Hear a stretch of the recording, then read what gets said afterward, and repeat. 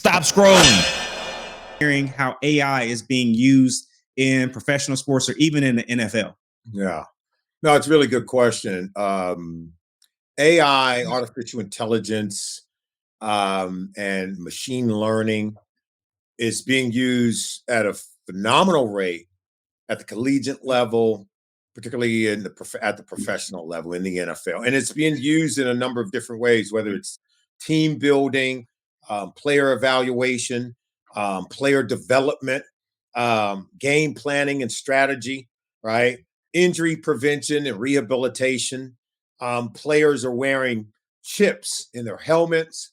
They wear chips in their shoulder pads, even in like the undergarments. Like if you have a t-shirt, they have a chip right here. And that's how you get the data collection, right?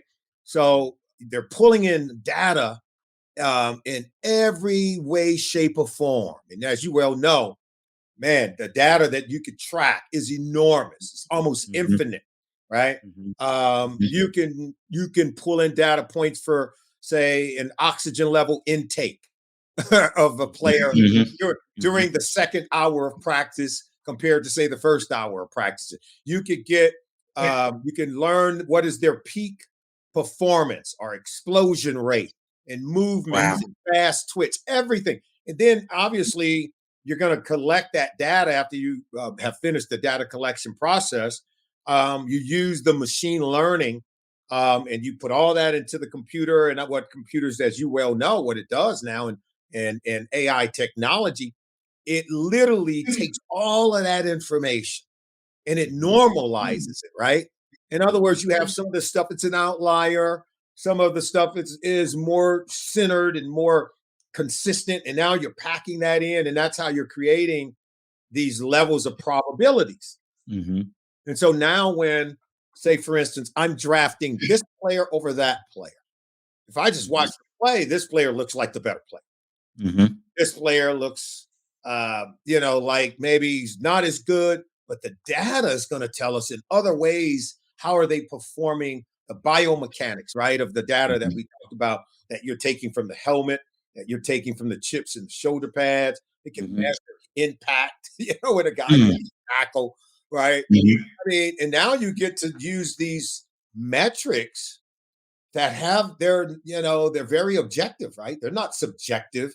They don't suffer to the whims of emotion, of how you feel about a player or what you see aesthetically. All that's stripped out of there. As you well know, the data is totally objective, right? It doesn't it doesn't see this guy from that guy, or big, tall, short, skinny. It doesn't see any of that, right? And so it's become very, very useful, even in free agency, when you go to sign a player like a quarterback, for instance. How do you determine which quarterback is better and which quarterback is better for you? You can use all of the data points that you're going to get through AI, but you're going to get maybe some other things that typically that people aren't tracking. And it is, okay, the production. Who do we attribute this production to?